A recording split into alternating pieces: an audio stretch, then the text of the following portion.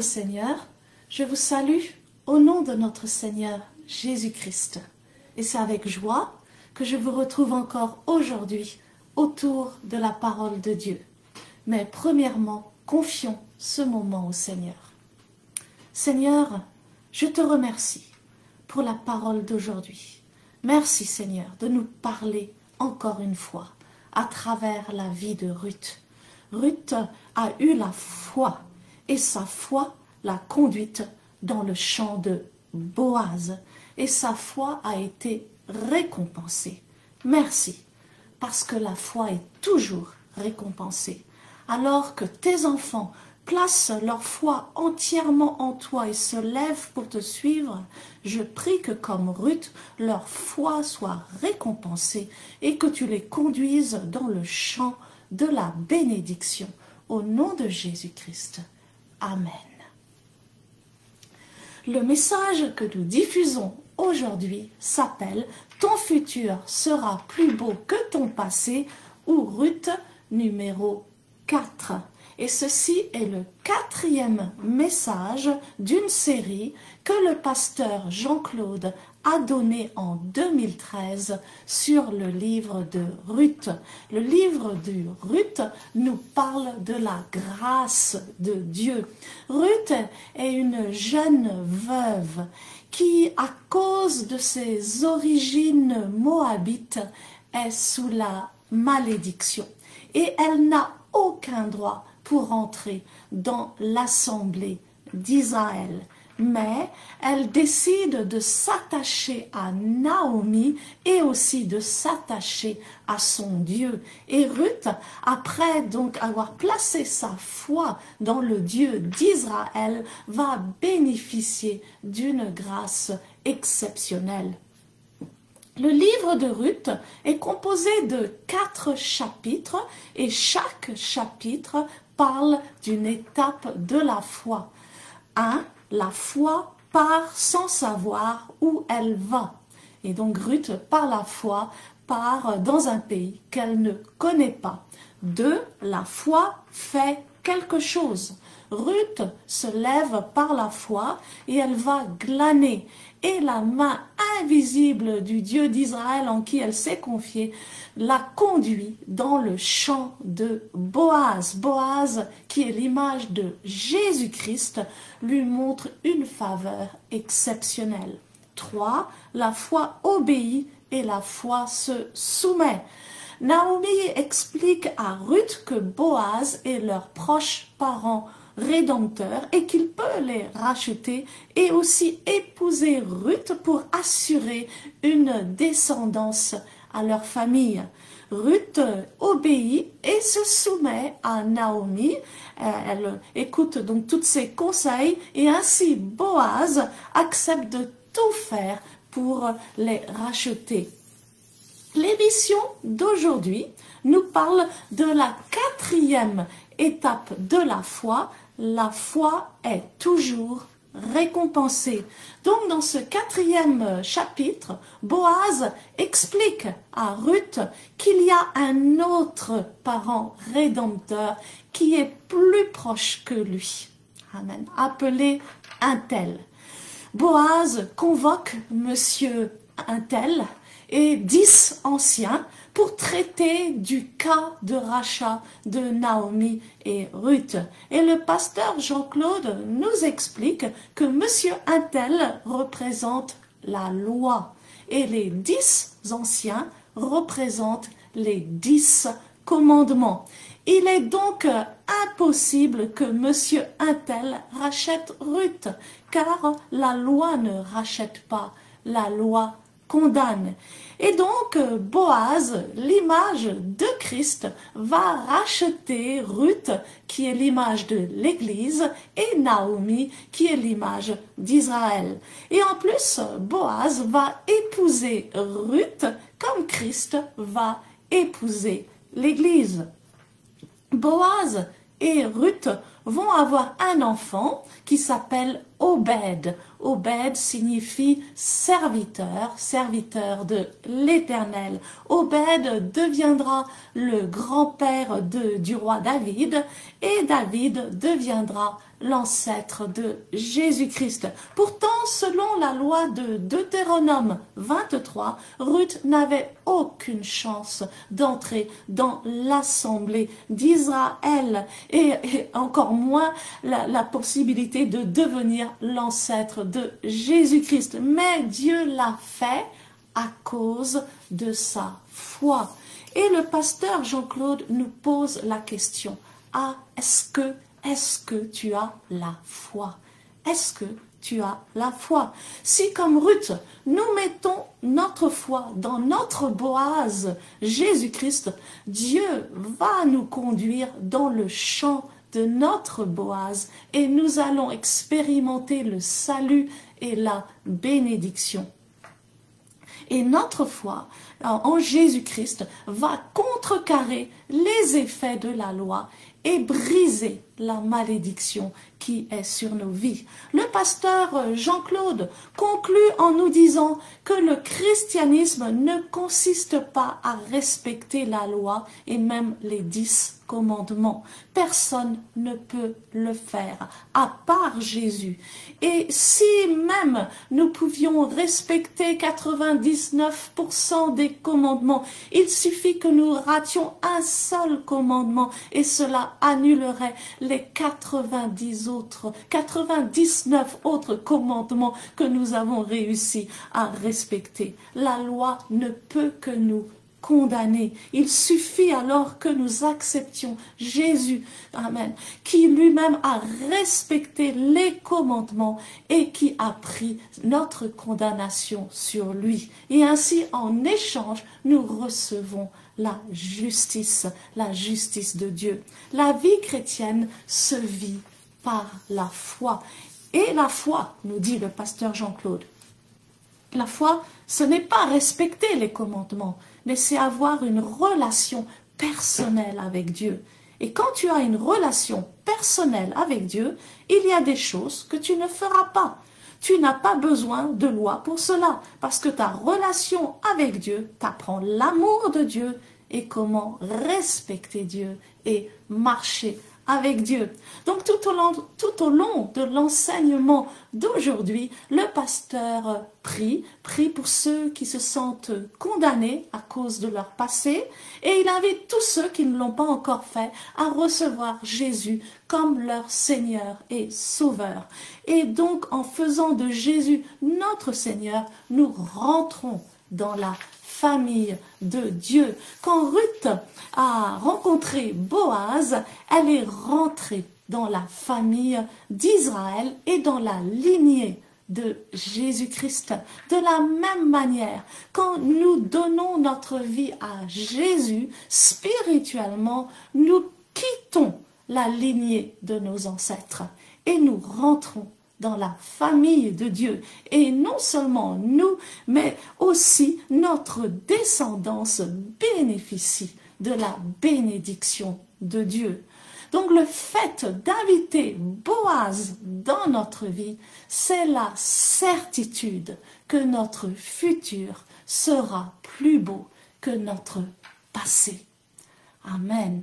Avant d'écouter l'enseignement d'aujourd'hui, je vous rappelle que le ministère La Foi Victorieuse a une école biblique, l'école biblique Tétélestai, une école biblique en ligne et gratuite. Et parmi tous les thèmes enseignés en première et deuxième année, le pasteur Jean-Claude nous explique même des thèmes qu'il a abordés pendant l'étude de Ruth, le jubilé, le proche parent rédempteur. Tout cela annonce déjà l'œuvre de la rédemption de Jésus à la croix. Le pasteur, dans son école, nous enseigne la loi, la grâce. Il compare l'alliance mosaïque avec l'alliance nouvelle et de nombreux autres thèmes. Donc je vous invite à vous inscrire à l'école biblique Tétélestai. Les inscriptions à l'école biblique sont déjà ouvertes pour l'année 2020, la prochaine année, la prochaine session, donc qui commencera en septembre 2025. Donc il vous suffit de vous inscrire en allant sur notre site et remplir la fiche. Lafoivictorieuse.org, voilà l'adresse. Lafoivictorieuse.org. Aussi, nous vous rappelons notre rencontre le samedi 28 juin 2025. Nous organisons à Paris la rencontre des amis de la foi victorieuse. Je serai très heureuse de vous voir, de faire votre connaissance, si je ne les ai pas encore rencontrés, ou de vous revoir autrement. Le thème de la rencontre est « Va avec la force que tu as ». Il y a une force en nous, amen. Et nous avons la foi que Dieu va faire de grandes choses, donc lors de cette rencontre. Prions. Seigneur, alors que nous écoutons l'enseignement d'aujourd'hui, merci de nous donner une plus grande révélation de ta grâce. Comme Boaz a racheté Ruth de la malédiction des Moabites, merci d'avoir envoyé Jésus-Christ pour nous racheter de la malédiction de la loi et du péché. Comme Ruth a eu la foi pour recevoir toutes les faveurs de Boaz, je prie que nous aussi, nous ayons la foi pour recevoir toutes les bénédictions que tu as préparées pour nous, pour que, comme Ruth, notre futur soit plus beau que notre passé. Au nom de Jésus-Christ, amen. Que le Seigneur vous bénisse abondamment.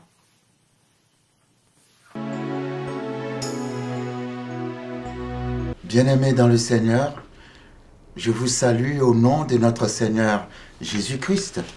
Je suis le pasteur Jean-Claude Ponsou du ministère La Foi Victorieuse.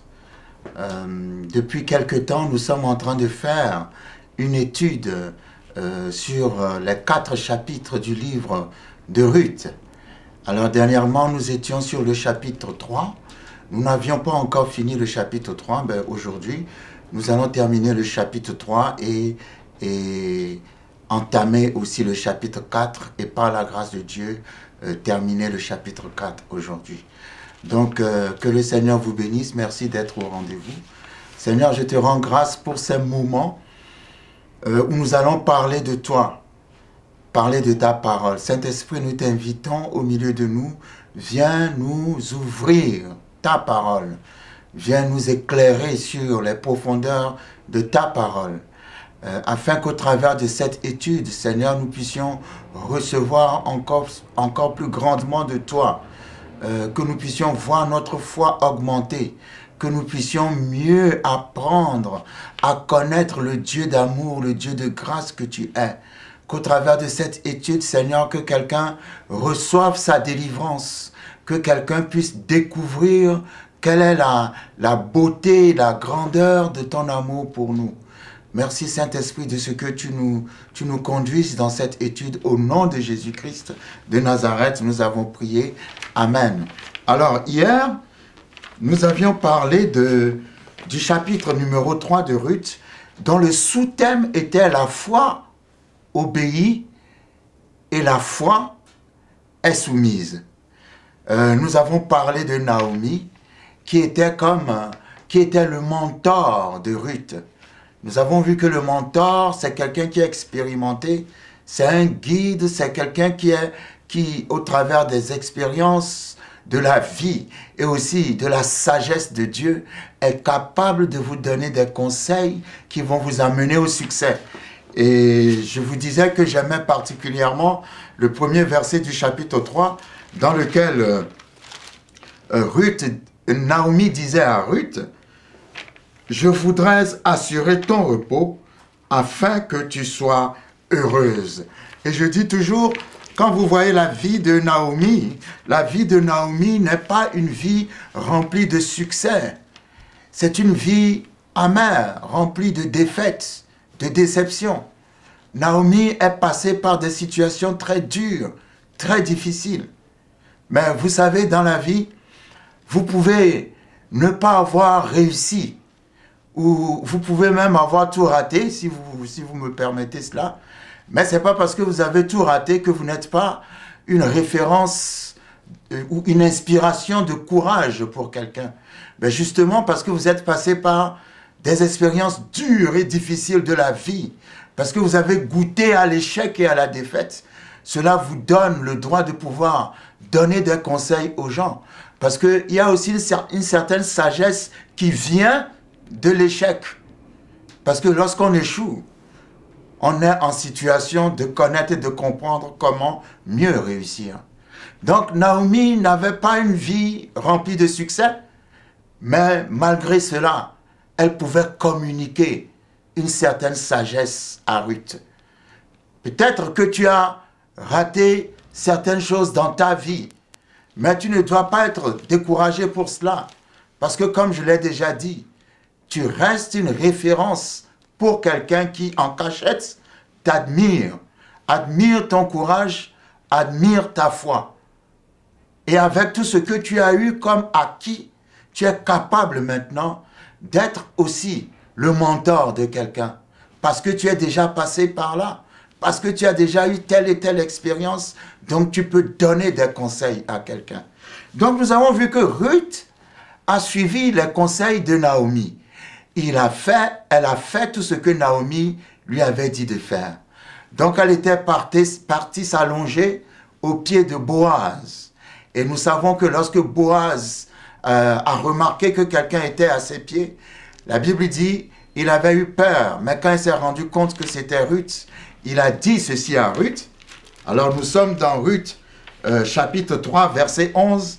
Boaz dit à Ruth, « Maintenant ma fille, ne crains point, je ferai pour toi tout ce que tu diras, car toute la porte de mon peuple sait que tu es une femme vertueuse. » Alors le verset 12 dit, Boaz dit à Ruth, « Il est bien vrai que j'ai droit de rachat, mais il en existe un autre plus proche que moi. » Vous voyez, nous avons vu que celui qui exerce le droit de rachat, c'est un proche parent.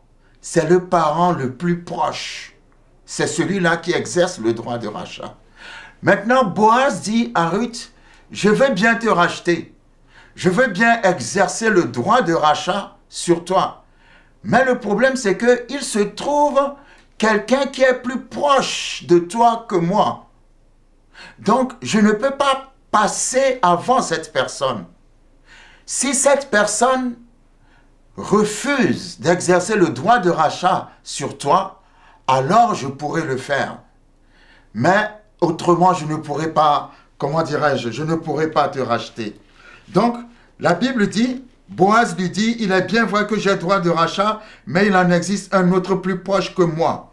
Passe ici la nuit, et demain, s'il veut user envers toi du droit de rachat à la bonne heure, qu'il le fasse. Mais s'il ne lui plaît pas d'en user envers toi, j'en userai moi.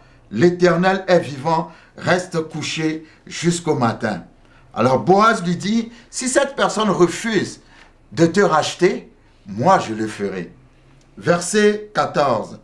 Elle resta couchée à ses pieds jusqu'au matin, et elle se leva avant qu'on puisse se reconnaître l'un l'autre.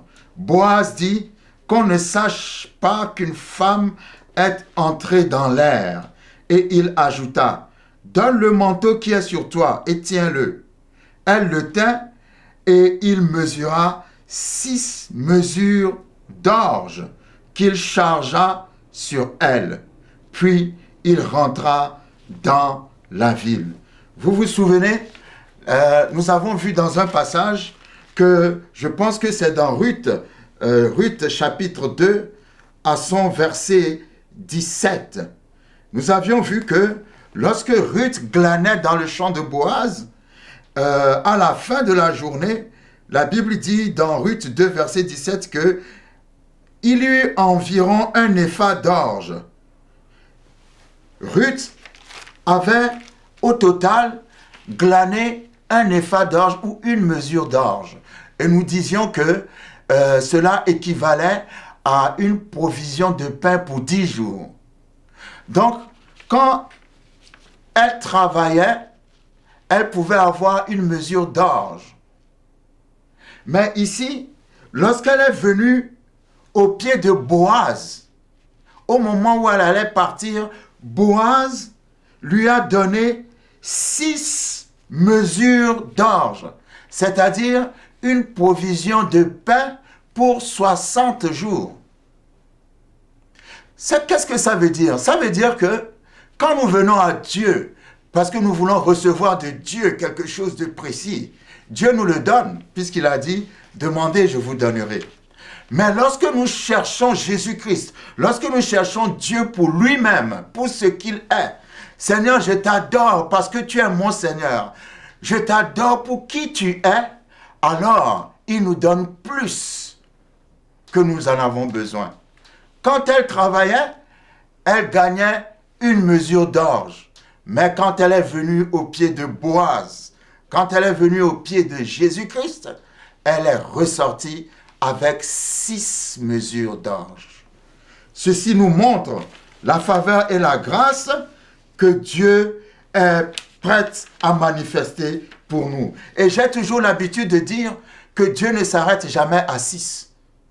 Dieu s'arrête toujours à 7 parce que 7 est le chiffre parfait de Dieu. Alors, quand elle est venue au pied de Boaz, Boaz lui a donné 6 mesures d'orge parce que Boaz lui-même sera la 7e mesure d'orge. C'est-à-dire, Boaz lui-même sera la récompense que Ruth recevra. Donc, nous voyons que Ruth donc est revenue, verset 16, auprès de sa belle-mère. Et Naomi dit, « Est-ce-toi ma fille ?» Ruth lui raconta tout ce que cet homme avait fait pour elle. Elle dit, « Il m'a donné ces 6 mesures d'orge, en disant, tu ne retourneras pas à vide vers ta belle-mère. » Lorsqu'on est au pied de Jésus, lorsqu'on passe du temps dans la présence de Jésus, on ne retourne pas à vide. Jésus nous donne toujours quelque chose. Et ici, au verset 18, la Bible dit, Naomi dit, « Sois tranquille, ma fille, jusqu'à ce que tu saches comment finira la chose, car cet homme ne se donnera point de repos qu'il n'ait terminé cette affaire aujourd'hui. » Vous voyez, Naomi, le mentor, a donné un conseil à Ruth. Ruth a suivi le conseil de Naomi. Et quand Ruth est rentrée à la maison, elle a fait le compte rendu à Naomi. Donc Ruth a dû expliquer à Naomi, tu sais, il m'a expliqué qu'il veut bien me racheter, mais seulement il m'a dit qu'il y a quelqu'un qui est plus proche de nous que lui, et que si cette personne accepte de nous racheter, donc lui ne pourra pas. Mais si cette personne refuse de nous racheter, alors seulement à ce moment-là, il pourra le faire. Et j'aime bien la réponse que Naomi a donnée à Ruth. Vous savez, le mentor, quand vous parlez avec le mentor, quand vous êtes inquiet, le mentor vous rassure. Quand il y a des gens qui sont dans des situations où vous êtes dans une circonstance, vous êtes tellement entouré de problèmes, vous êtes paniqué, vous n'avez pas la paix, vous n'arrivez pas à dormir. Mais lorsque vous exposez votre problème au mentor, le mentor vous parle. Et quand le mentor vous parle, le mentor vous exhorte dans la parole de Dieu. Le mentor vous rassure. Et quand il a fini de vous parler, vous avez la paix en vous. Alors Naomi ne s'est pas inquiétée. Parce que d'autres auraient pu s'inquiéter en disant, « Ah, si jamais cette personne qui est plus proche voulait te racheter, ah, vraiment, on va rater cette belle occasion qui se présente pour toi d'épouser Boaz. » Non, non, un mentor ne s'inquiète pas. Qu'est-ce que Naomi a dit à Ruth? Naomi a dit à Ruth, verset 18, « Sois tranquille. » J'aime ça.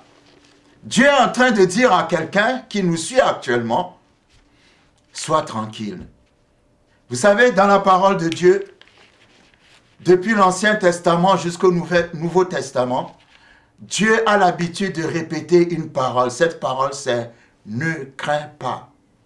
ne crains pas, ne crains pas, ou encore sois tranquille. Et dans la Bible, vous trouverez l'expression ne crains pas 366 fois. Ne crains pas. Dieu dit ne crains pas. Et vous savez que les années normales sont composées de 365 jours. Et les années bissextiles sont composées de 366 jours. 366 fois dans sa parole, Dieu dit ne crains pas. C'est-à-dire pour chaque jour de ta vie, Dieu te dit sois tranquille, ne crains pas. Et quand Dieu dit ne crains pas, ça veut dire tout est soumis à mon autorité. J'ai le contrôle de toutes choses. Dans cette situation où tu n'arrives pas à te retrouver, Dieu te dit aujourd'hui, sois tranquille parce que j'ai le contrôle de toutes choses. Je t'emmènerai à la victoire, je t'emmènerai jusqu'au bout, je t'emmènerai jusqu'à la bénédiction. Donc ainsi se termine le chapitre 3 et nous allons maintenant entamer le chapitre 4 du livre de Ruth. Alors, le sous-thème du chapitre 4, c'est « La foi est toujours récompensée ». Alors, dans le chapitre 1, souvenez-vous, le sous-thème était « La foi part sans savoir où elle va ». Dans le chapitre 2, le sous-thème était « La foi fait toujours quelque chose ». Dans le chapitre 3, le sous-thème était « La foi obéit ». Et est soumise, et dans le chapitre 4, nous allons voir que la foi est toujours récompensée. Donc, le verset 1 commence, « Boaz monta à la porte et s'y arrêta. Or, voici celui qui avait droit de rachat et dont Boaz avait parlé vint à passer. Boaz lui dit, « Approche, reste ici, toi, un tel. » J'aime bien le nom que la Bible donne à cette personne. Cette personne qui était plus proche et qui avait avant Boaz le droit de rachat sur Ruth et Naomi, cette personne, la Bible l'appelle Monsieur un tel. Alors avant, quand je lisais l'histoire de Ruth, je me suis toujours posé la question de savoir qui est ce Monsieur un tel. Vous savez, la Bible est extraordinaire parce que la Bible est remplie de mystères et c'est une passion. J'aime beaucoup, une de mes passions, c'est d'essayer par l'aide du Saint-Esprit de creuser les mystères jusqu'à finir par l'aide du Saint-Esprit à comprendre ce qui est caché derrière ce mystère. Nous allons voir qui est ce monsieur un tel. Monsieur un tel avait plus que monsieur Boaz le droit de rachat. Donc maintenant, Boaz attendait monsieur un tel. Et Boaz va demander à monsieur un tel s'il est prêt à exercer le droit de rachat sur Ruth. Donc, la Bible dit, Boaz lui dit, approche, reste ici, toi, un tel. Et il s'approcha et s'arrêta. Boaz prit alors 10 hommes. Alors, la référence des 10 hommes est très importante pour qu'on puisse découvrir qui est vraiment ce monsieur un tel. Alors, Boaz prit 10 hommes parmi les anciens de la ville et il dit, asseyez-vous ici. Et ils s'assirent. Puis il dit à celui qui avait le droit de rachat, Naomi, revenue du pays de Moab, a vendu la parcelle de terre qui appartenait à notre frère Elimelech. J'ai cru devoir t'en informer et te dire, acquiers-la en présence des habitants et en présence des anciens de mon peuple. Si tu veux racheter, rachète. Mais si tu ne veux pas, déclare-le-moi afin que je le sache. Car il n'y a personne avant toi qui ait le droit de rachat et je l'ai après toi. Et il répondit, je rachèterai. Boaz dit, le jour où tu acquerras le champ de la main de Naomi, tu l'acquerras en même temps de Ruth la Moabite, femme du défunt, pour relever le nom du défunt dans son héritage. Et celui qui avait le droit de rachat répondit, je ne puis pas racheter pour mon compte, de peur de détruire mon héritage. Prends pour toi mon droit de rachat, car je ne puis pas racheter. Monsieur Untel voulait bien racheter.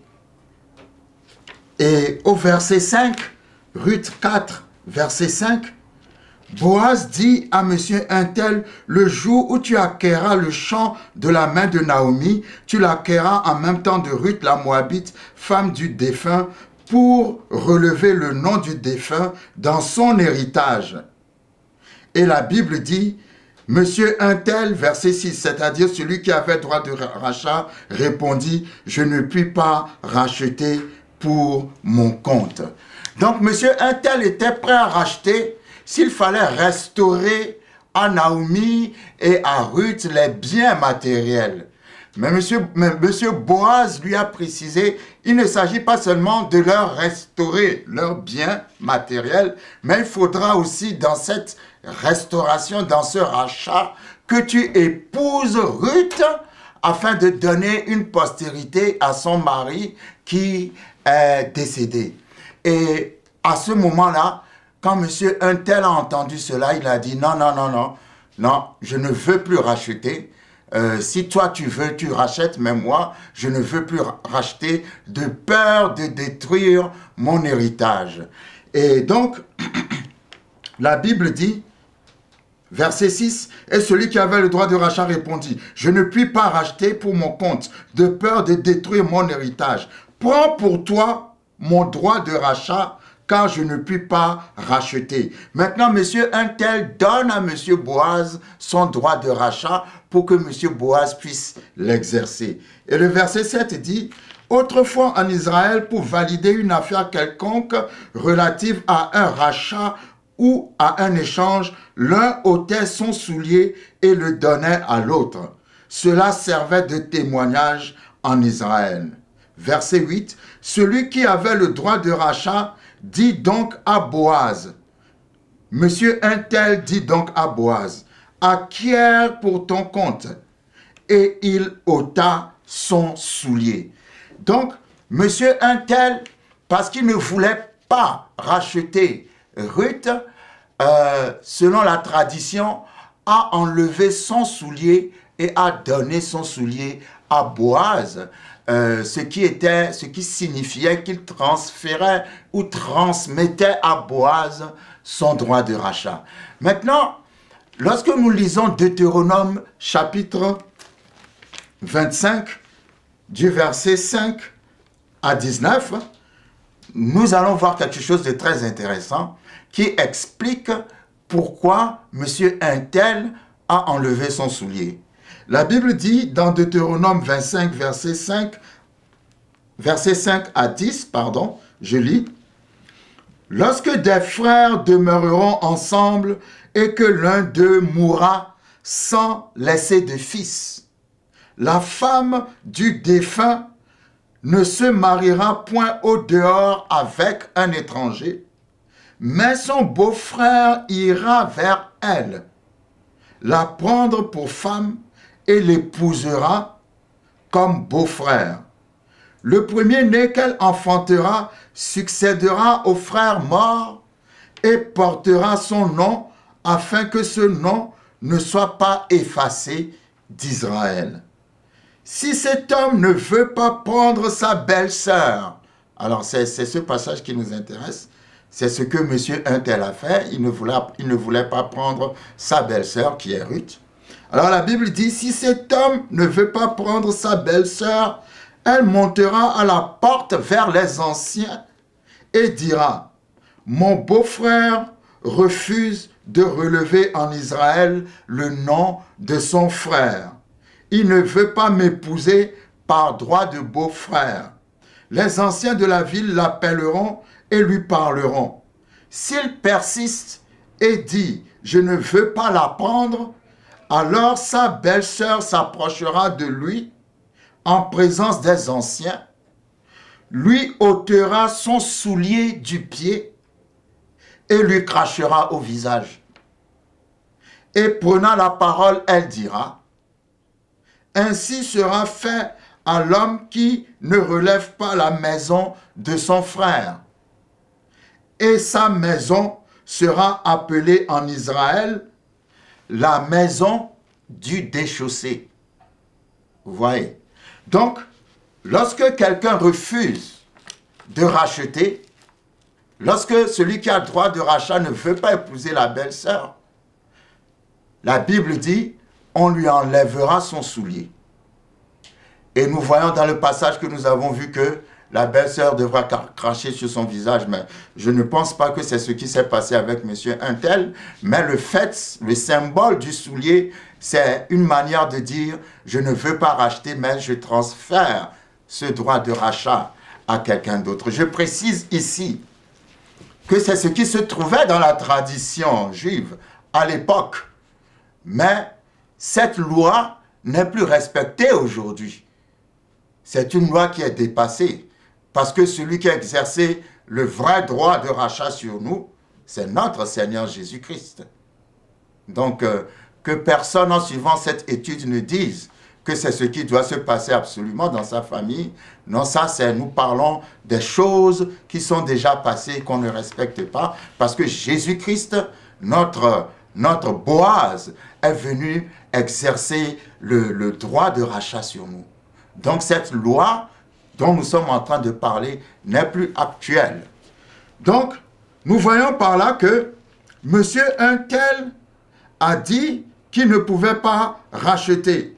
Alors maintenant, nous allons essayer de voir pourquoi monsieur Untel ne pouvait pas racheter et qui est ce monsieur Untel. La Bible dit que lorsque nous retournons au verset 1, que Boaz, Ruth 4, verset 2, prit alors 10 hommes comme témoins. Vous savez, monsieur Untel n'est autre que la loi. La loi ne peut pas nous racheter. Et nous savons que la loi est représentée par les fameux 10 commandements, d'où les 10 anciens, les 10 témoins. Donc, la loi ne peut pas nous racheter. Et n'oublions pas, dans Deutéronome chapitre 23, que Dieu a dit, à cause de l'inceste que leur aïeul Lot a commis avec ses filles, Dieu a dit, l'Ammonite et le Moabite n'auront pas part, n'entreront pas dans l'assemblée d'Israël à perpétuité. Donc c'était déjà une loi. Alors, la loi ne pouvait pas épouser quelque chose que la loi elle-même a interdite. Donc, la loi était prête. Monsieur Untel était prêt à racheter, mais quand il fallait épouser la Moabite, monsieur Untel, qui est la loi, a dit non, je ne peux pas. Et je vais vous dire quelque chose. La loi ne nous bénit pas.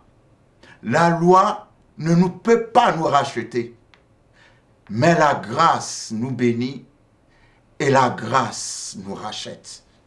Et l'histoire de Ruth, c'est l'histoire d'une femme sur la vie de laquelle pesait un certain nombre de lois.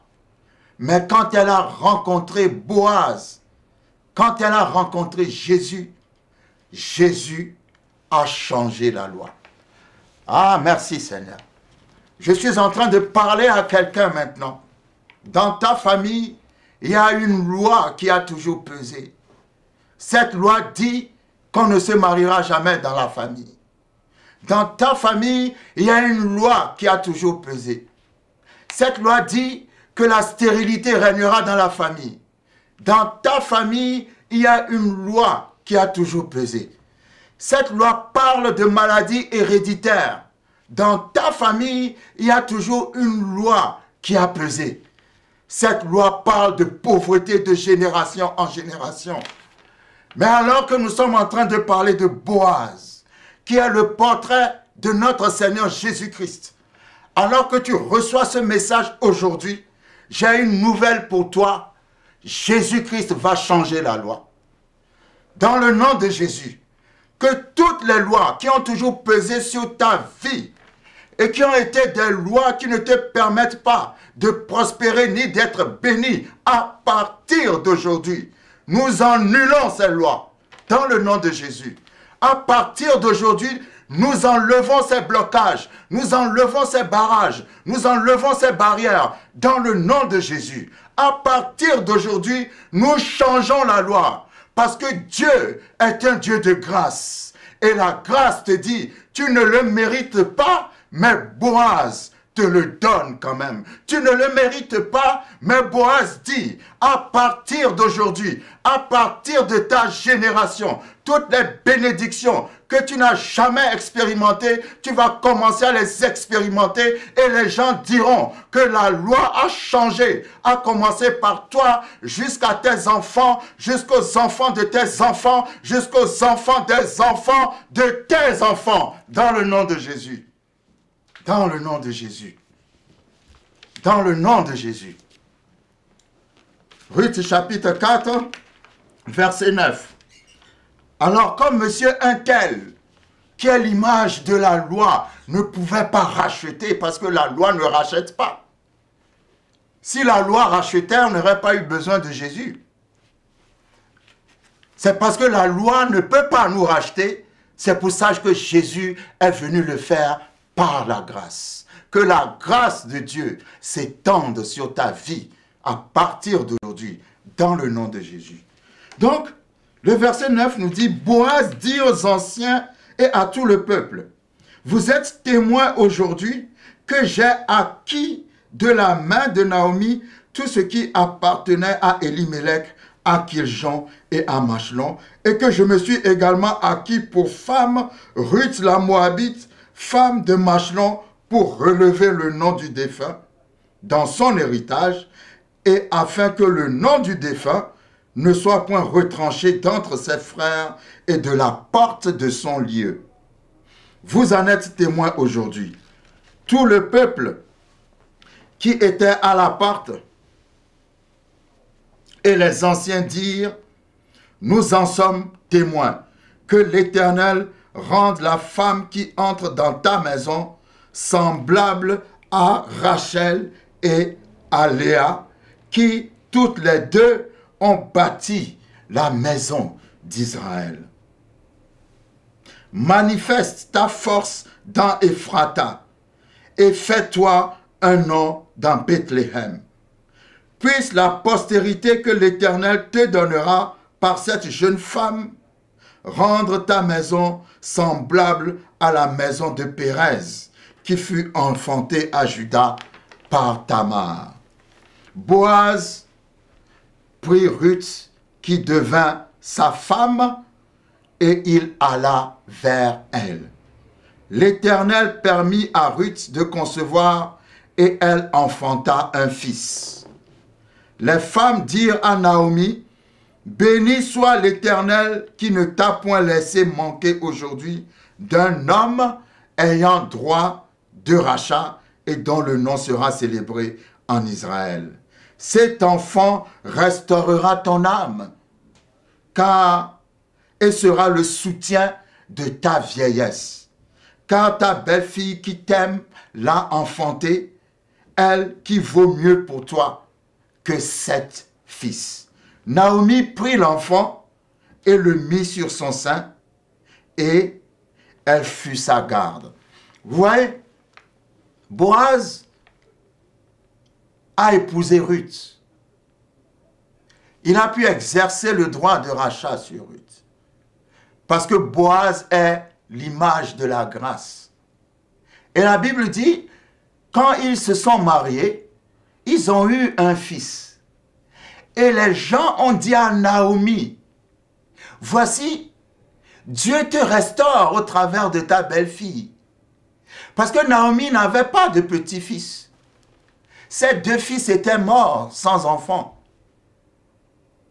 Mais voici que, au travers du rachat de Boaz, Ruth, sa belle-fille, lui a donné un petit-fils. Sa vie a été amère, mais Dieu l'a restaurée. Parce que Dieu est un Dieu de restauration. Tout ce qu'elle avait perdu, le bonheur et la joie qu'elle n'a pas eu. Maintenant, à travers le rachat de Boaz, Naomi a retrouvé cette terre qu'elle avait perdue. Elle a même un petit-fils qui lui est né. Sa vieillesse était remplie de paix, remplie de joie, remplie de bonheur. Maintenant, qui dit que Dieu est toujours en retard? Non, le Dieu de grâce que je connais n'est jamais en retard. La Bible dit que ce Dieu est toujours fidèle. David a dit dans le psaume 37, « J'ai été jeune et j'ai vieilli. Je n'ai jamais vu le juste abandonné, ni sa postérité mendier du pain. » Ça arrivera dans ta vie, dans le nom de Jésus. Dieu ne t'abandonnera pas et ta postérité ne mendiera pas du pain. Dieu est fidèle. Si tu reçois Jésus comme ton Seigneur et Sauveur, Dieu est fidèle. Parce que Jésus, c'est Boaz. Et si Boaz rentre dans ta vie, Boaz va te restaurer. Seigneur, je te rends grâce pour ta fidélité. Je prie, Seigneur, pour quelqu'un qui est dans une situation tellement désespérée. Et cette personne s'imagine que tu ne la connais pas. Mais j'ai cette parole pour toi ce soir. Boaz dit, je te connais et je t'attends dans mon champ. Je te connais et je t'attends pour te bénir. Je te connais parce que tu m'as reçu. Je t'ai marié, je t'ai épousé. Bientôt, je vais accomplir le surnaturel dans ta vie. Car je suis le Dieu fidèle qui n'abandonne pas ses enfants et qui ne déçoit pas ceux qui se confient en moi. La Bible dit, Ruth chapitre 4 verset 17, « Les voisines lui donnèrent un nom en disant, « Un fils est né à Naomi, et elles l'appelèrent Obed. » L'enfant de Boaz et de Ruth s'appelait Obed. Et Obed signifie serviteur, ou autrement serviteur de l'Éternel. Ce qui est un très beau prénom. Et la Bible dit, elle l'appela Obed, ce fut le père d'Isaïe, père de David. Alors cet enfant Obed sera le père d'un homme qui s'appelle Isaïe, et cet homme sera le père du grand roi David, le roi d'Israël. Et nous savons que de David descendra plus tard notre Seigneur Jésus-Christ. Autrement dit, Ruth, Boaz et Obed sont les ancêtres de notre Seigneur Jésus-Christ. Je ne sais pas si quelqu'un peut réaliser d'où Ruth est partie pour finir dans la généalogie de Jésus-Christ. Elle était partie de la malédiction, mais ayant rencontré Boaz, elle est rentrée dans la lignée de la bénédiction. À partir d'aujourd'hui, je déclare sur ta vie que tu es rentré dans la lignée de la bénédiction, dans le nom de Jésus. Et une chose est intéressante, lorsque nous voyons la généalogie de Jésus-Christ dans Matthieu chapitre 1, allons rapidement dans Matthieu chapitre 1, la Bible nous dit, dans Matthieu chapitre 1, dans la généalogie de notre Seigneur Jésus-Christ, nous allons voir, je vais prendre la généalogie, disons à partir du verset 1, généalogie de Jésus-Christ, fils de David, fils d'Abraham. Abraham engendra Isaac. Isaac engendra Jacob. Jacob engendra Judas et ses frères. Judas engendra de Tamar, Pérez et Zara. Pérez engendra Esrom. Esrom engendra Aram. Aram engendra Aminadab. Aminadab engendra Naasson. Naasson engendra Salmon. Salmon engendra Boaz de Rahab. Boaz engendra Obed de Ruth. Obed engendra Isaïe. Isaïe engendra David. Mais il y a une chose qui est très intéressante et que je voulais vous montrer ici. Vous savez, ce Boaz qui a racheté Ruth, Boaz lui-même était le fils de Rahab. Rahab, la fameuse prostituée de Jéricho. Ah Seigneur, est-ce que vous imaginez? Boaz est le fils de Rahab, la prostituée de Jéricho. Qu'est-ce qui s'est passé? La prostituée de Jéricho a reçu les serviteurs de Josué. Et la Bible dit, quand les enfants d'Israël sont arrivés à Jéricho, elle s'est plantée au milieu d'Israël. Donc elle a changé de vie. Elle a accepté, exactement comme Ruth, Rahab a accepté le Dieu d'Israël. Elle a arrêté la prostitution. Sa vie a changé. Et Dieu l'a bénie. Dieu l'a bénie parce que le fils qu'elle a eu, c'était Boaz. Et Boaz était un homme prospère, le portrait de Jésus-Christ. De Boaz sortira Obed au travers du mariage avec Ruth. Et d'Obed sortira Isaïe.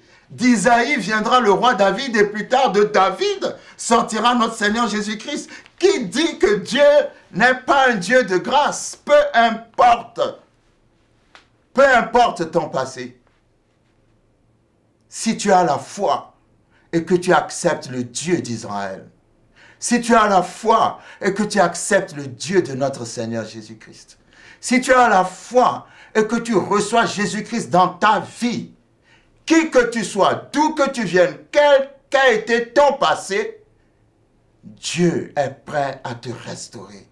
Dieu est prêt à te racheter. Dieu est prêt. Avec Dieu, ton futur sera toujours plus beau que ton passé. Je voudrais à ce niveau faire la prière de salut avec quelqu'un qui a la foi.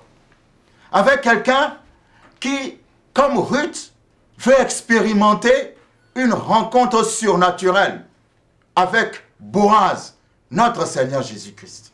Si tu veux bien répéter après moi, Seigneur Jésus, je reconnais que je suis pécheur. Je reconnais que tu es le Fils de Dieu, que tu es venu sur cette terre, que tu es mort pour mes péchés, que tu es ressuscité d'entre les morts. Aujourd'hui, je viens à toi. Je t'invite dans ma vie. Je t'invite dans mon cœur. Je te reçois dans mon cœur aujourd'hui comme mon Seigneur et mon Sauveur. Sois le maître de ma vie. Sois le Dieu de ma vie. Sois le berger de ma vie. Je renonce à l'idolâtrie de mes pères. Je renonce à toutes les alliances qui ont été signées dans ma famille. Les alliances démoniaques, les alliances diaboliques, les alliances qui ne confessent pas ton nom et qui ont toujours agi sur ma vie. Jusqu'à maintenant, je renonce à toutes ces alliances. Je renonce à ces alliances et je me repens pour moi-même. Je me repens pour mes pères qui ont contracté ces alliances. Mais à partir d'aujourd'hui, Seigneur Jésus-Christ, je fais avec toi une nouvelle alliance. À partir d'aujourd'hui, je fais alliance avec toi. Avec toi, Seigneur, sois le Dieu de ma vie. Entre dans mon cœur, change ma vie.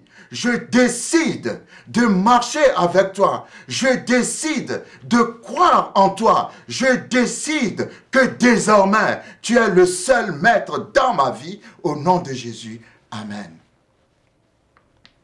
Bien-aimé, si tu as fait cette prière par la foi, ta vie ne sera plus la même.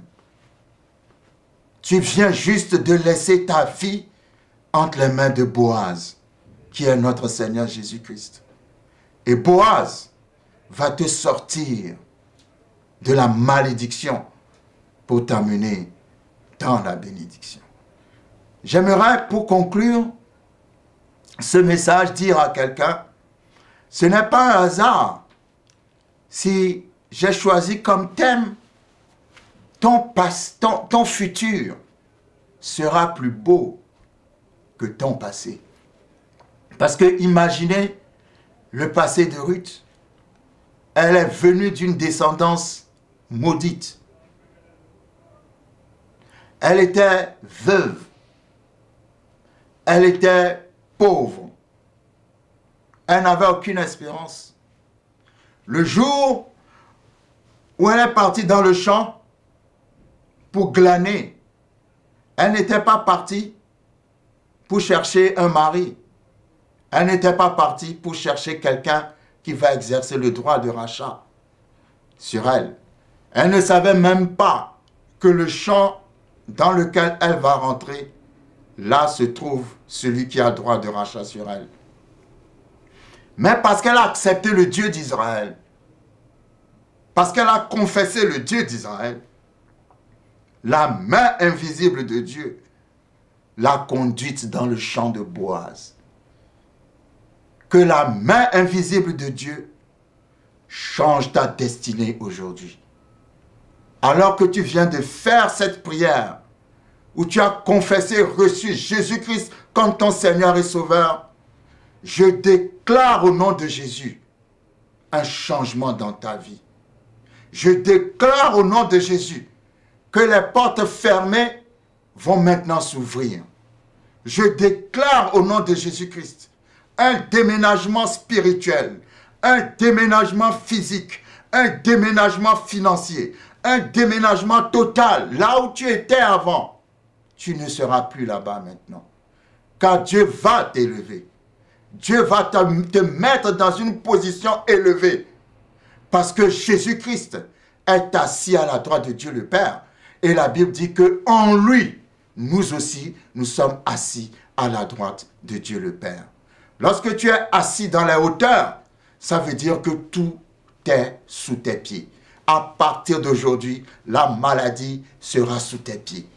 À partir d'aujourd'hui, la pauvreté sera sous tes pieds. À partir d'aujourd'hui, les blocages seront sous tes pieds. La malédiction de génération dans ta famille qui a toujours agi sur toi, à partir d'aujourd'hui, sera sous tes pieds. Seigneur, merci parce que tu es un Dieu fidèle. Je voulais préciser une chose. Vous voyez, lorsque nous regardons la Bible, souvent nous disons l'Ancien Testament c'est la loi, le Nouveau Testament c'est la grâce. Mais lorsque nous étudions bien l'Ancien Testament, nous verrons que même dans l'Ancien Testament, Dieu a toujours été un Dieu de grâce. Dieu n'est pas là pour te condamner. Dieu n'est pas là pour te juger. Dieu dit je t'aime. Je t'aime tellement que je suis capable de changer la loi. Juste pour te favoriser et pour te montrer que je t'aime. Parce que Ruth n'a aucune chance d'entrer ni dans l'assemblée d'Israël, ni dans quoi que ce soit, mais là voilà qui est une ancêtre de Jésus-Christ. Et pourtant, dans Deutéronome 23, Dieu a dit, jamais les Moabites et les Ammonites n'entreront dans l'assemblée d'Israël. Et la Bible dit, c'est une loi qui est valable pour l'éternité. Mais Dieu a changé la loi. Pourquoi Dieu a changé la loi? Dieu a changé la loi à cause de la foi de Ruth. Est-ce que tu as la foi? Toutes les lois de l'ennemi qui pèsent et qui ont toujours pesé sur toi jusqu'à maintenant, je le sais, Dieu dit je le sais. Mais moi je te pose une question. Est-ce que tu as la foi? Parce que Ruth est partie par la foi dans le pays du Dieu d'Israël. Et arrivée là-bas, elle a été sauvée. Dieu veut te sauver. Dieu veut que tu aies foi en lui. Vous savez, le christianisme, ce n'est pas respecter les 10 commandements. Parce que les 10 commandements, personne ne peut les respecter. La seule personne qui a pu respecter les 10 commandements, sur cette terre, c'est notre Seigneur Jésus-Christ. À part notre Seigneur Jésus-Christ, personne ne peut respecter les 10 commandements. Si tu marches avec Dieu et que ta marche avec Dieu est basée sur le respect des commandements, alors il faut savoir que tu ne seras jamais qualifié. Parce qu'à un moment donné, tu vas toujours briser la loi. Tu vas toujours briser le commandement. À un moment donné, tu vas toujours passer à côté. C'est impossible. Tu ne peux pas respecter les commandements. Dans la loi est composée de 613 commandements. Les plus célèbres sont les 10 commandements. Mais c'est impossible de respecter les commandements parce que la Bible dit, lorsque nous lisons le livre de Jacques,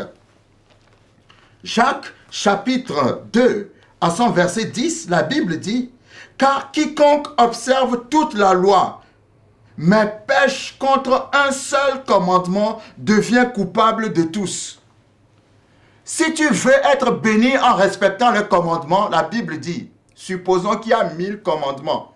Si tu respectes 999,99 commandements et que tu rates 0,1 commandement, le 0,1 commandement que tu as raté annule tous les autres que tu as respectés. Donc c'est impossible d'être béni par la loi. C'est impossible d'être béni en suivant les commandements. Non, ce n'est pas possible. La Bible dit, lorsque nous allons dans Galates chapitre 2, verset 16, il y a plusieurs passages dans la Bible où la Bible nous dit clairement que c'est par grâce que nous sommes sauvés. La loi ne peut pas nous sauver parce que la loi dit, si tu obéis au commandement, tu seras béni. Et si tu n'obéis pas, tu seras maudit. Le problème est que c'est impossible d'obéir à 613 commandements. C'est pas possible. Même les 10 commandements seulement, c'est impossible. Donc, tu es toujours maudit avec la loi. Avec la loi, tu n'es pas béni, tu es toujours maudit. Jésus-Christ est venu, il a respecté tous les commandements. Maintenant, si tu acceptes Jésus comme ton Seigneur et Sauveur, en Jésus-Christ, tu seras béni. Parce que quand Dieu va te voir, il va te voir en Jésus-Christ. C'est pour ça que c'est important de recevoir Jésus-Christ. Alors la Bible nous dit dans le livre de Galates 2,16, alors je vais donner quelques références. Ces références nous montrent que la loi ne peut pas nous sauver. Vous lirez Romains chapitre 4, verset 15. Dans Romains 4, verset 15, par exemple, la Bible dit, Romains 4, verset 15, la Bible dit, « Car la loi produit la colère, et là où il n'y a point de loi, il n'y a point non plus de transgression. » Pourquoi la Bible dit la loi produit la colère? C'est-à-dire, si tu veux respecter toutes les lois, il y aura un commandement que tu vas rater. Et parce que tu as raté ce commandement, ça produit la colère de Dieu. Et la colère de Dieu amène la malédiction. La loi nous maudit, mais la grâce ne nous maudit pas. La loi nous maudit, mais la grâce nous bénit. Pourquoi Dieu a donné la loi? Dieu a donné la loi pour montrer à quel point il est saint. La loi a été donnée pour montrer la sainteté de Dieu. Et à quel point nous sommes incapables d'y arriver, nous sommes incapables de respecter tous les commandements sans Jésus. Donc la loi a été donnée pour nous montrer à quel point nous sommes imparfaits et à quel point Dieu est parfait. Si nous voulons marcher par les commandements et par les lois, nous allons toujours rater la bénédiction. La loi est contre nous. La loi n'est pas pour nous. C'est pour ça que par la foi, Dieu fait grâce en Jésus-Christ. Jésus-Christ est venu faire ce que nous ne pouvons pas faire. Il est venu s'offrir, payer le prix du péché pour nous ramener dans une relation. Vous savez, je vais vous dire quelque chose. La foi, c'est pas respecter les commandements. La foi, c'est avoir une relation avec Dieu. Parce que si tu as une relation avec Dieu, même si tu rates les commandements, parce que tu as une relation avec Dieu, Dieu te rachète par son amour. Quand Joseph était dans la maison de Potiphar et que la femme de Potiphar voulait le séduire, la Bible dit il a fui. Il n'a pas commis l'adultère. Et pourtant, Joseph, à cette époque, n'avait pas la loi. À l'époque où Joseph vivait, la loi n'avait pas encore été donnée à Moïse. Moïse n'existait pas encore. Joseph ne connaissait pas une loi qui disait « tu ne commettras pas l'adultère ». Et pourtant, Joseph savait, sans la loi, qu'il ne fallait pas commettre l'adultère. Pourquoi? Parce qu'il avait une relation avec Dieu. Quand tu as une relation avec Dieu, il y a des choses que tu ne feras pas. Tu n'as pas besoin de loi pour ça. Parce que ta relation avec Dieu t'apprend l'amour de Dieu, comment respecter Dieu et marcher avec Dieu. Et même s'il arrive que tu commets une erreur, parce que tu as cette relation avec Dieu, dans cette relation avec Dieu, Dieu dans son amour va couvrir et protéger ton erreur. Dieu est un Dieu d'amour. Dieu est un Dieu de grâce. Je veux prier aujourd'hui pour des gens, pour vous dire à quel point Dieu veut changer la loi. Il veut changer la loi parce qu'il est d'abord un Dieu d'amour. S'il a changé la loi pour Ruth, il changera aussi la loi pour toi. Même s'il est arrivé que tu n'as pas pu respecter tous les commandements, Dieu te dit aujourd'hui, si tu te repens que tu reçois mon Seigneur, mon Fils comme ton Seigneur et ton Sauveur, je vais changer la loi pour toi. Je vais te bénir. Je vais marcher avec toi. Je vais te pardonner. Je vais te regarder au travers de mon Fils Jésus-Christ, au travers de son sang qui a été versé. Et quand je te regarde au travers de son sang qui a été versé, c'est comme si tu n'as jamais péché. Merci Seigneur pour ta parole. Seigneur, je prie ce soir pour tous ceux qui se sentent condamnés, pour tous ceux qui croient, ou pour tous ceux sur qui pèse une loi quelconque qui leur interdit d'avoir accès à la bénédiction. Seigneur, toi qui es un Dieu de grâce, change la loi. Comme tu as changé la loi pour Ruth, change la loi, Seigneur, pour tes enfants. Que les chaînes tombent de leurs mains.